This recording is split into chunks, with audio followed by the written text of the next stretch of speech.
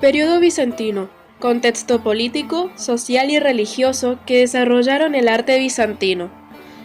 Su origen se remonta al siglo IV, año 323, cuando Constantino traslada la capital imperial desde Roma a la ciudad griega de Bizancio, fundada en el siglo XII a.C., y cambia su nombre por el de Constantinopla, que hoy en día es Estambul.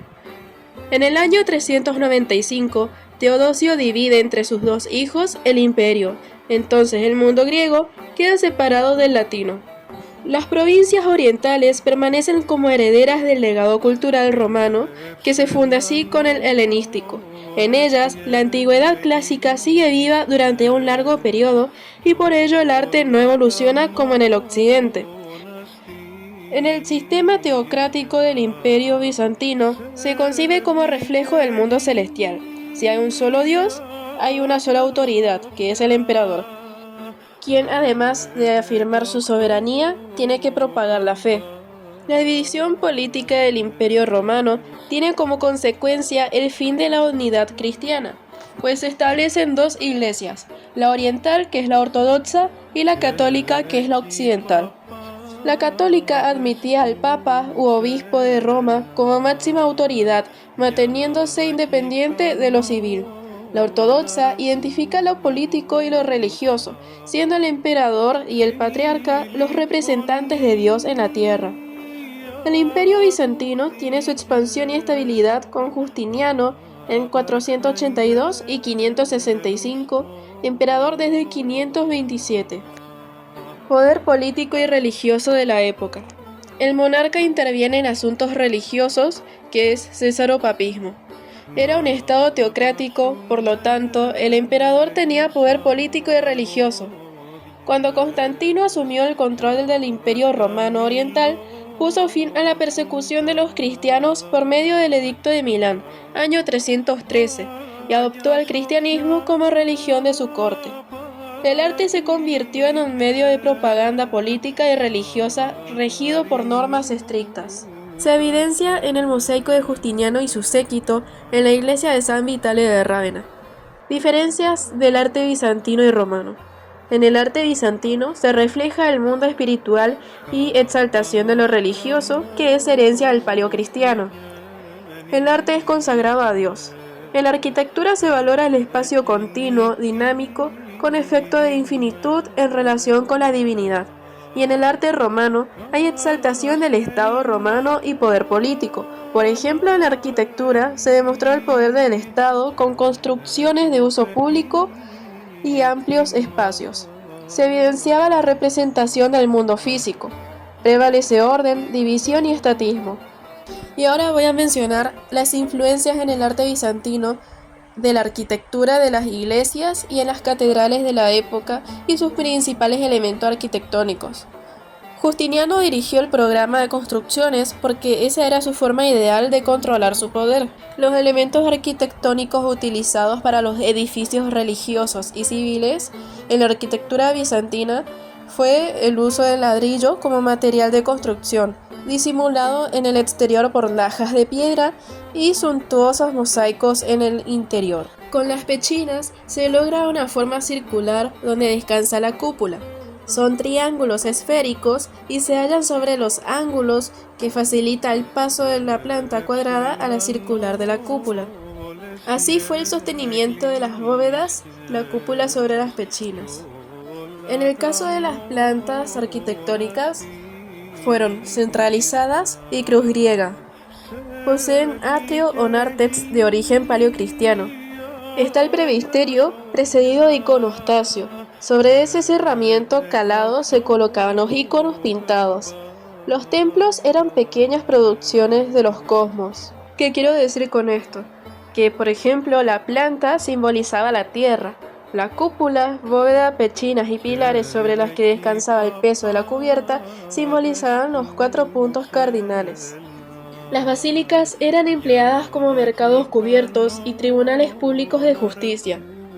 La planta basilical se convirtió en un modelo de iglesia cristiana, al que pronto se sumó la planta centralizada o de cruz griega. Iconostasio. El iconostasio son iconos que decoran. Ícono viene de la palabra griega eikon, que significa imagen. Imagen o semejanza de una persona o evento tomado directamente de una escritura o la tradición cristiana. Fueron pintados por monjes y con frecuencia se cree que han sido divinamente inspirados. Este dispositivo se trata de un panel dispuesto en el altar de las iglesias ortodoxas de norte a sur. La función del iconostasio es resguardar al santuario donde se encuentra la Eucaristía. Ese santuario tiene lugar a la consagración eucarística. Los íconos se pintan en paneles de madera y se cree que es un acto sagrado.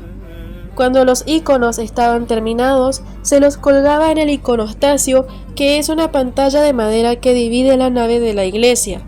Representaban figuras frontales, figuras completas o hasta los hombros. Las figuras representadas suelen tener un nimbo o halo, aureola, a su alrededor para resaltar su santidad. Los íconos observan al espectador. Fueron diseñados para facilitar la comunicación con lo divino. Iconografía. Es tema o asunto representado en las imágenes artísticas y simbología y atributos que identifican a los personajes representados. Significado de los colores. El blanco representa la vida espiritual. El amarillo significa divinidad al cielo. El rojo hace referencia a la sangre de Cristo y el púrpura significa nobleza. Los iconoclastas. Hasta el siglo VIII la imagen se acepta como instrumento de enseñanza, igual que en el paleocristiano. Luego se produce la crisis iconoclasta, que dura hasta el siglo IX, lo que produce cambios en la materia artística. El conflicto comienza en el año 730, cuando el emperador León III prohíbe las imágenes por considerar que incitan a la idolatría, ya que lo maligno está presente en lo material. Los monasterios fueron perjudicados ya que las imágenes eran su fuente de ingreso primordial. Los iconoclastas no estaban en contra del arte, sino de las representaciones religiosas. Cubrieron con yeso los mosaicos y picaban los frescos de los muros, quemaban cualquier pintura pequeña y sustituían esas pinturas por otras profanas como el emperador, carreras de caballos, escenas de caza y de guerra, vegetales y animales. Esta situación termina en el año 843, cuando los destructores de imágenes son derrotados por los ortodoxos. Las imágenes religiosas vuelven a ser admitidas, pero adquieren un nuevo valor. Ya no son didácticas, sino sagradas. Se le atribuía significados acerca de lo celestial y terrenal a los mosaicos según donde se encuentren, por el programa iconográfico que debían seguir. En el ábside, la bóveda y la cúpula representan el cielo.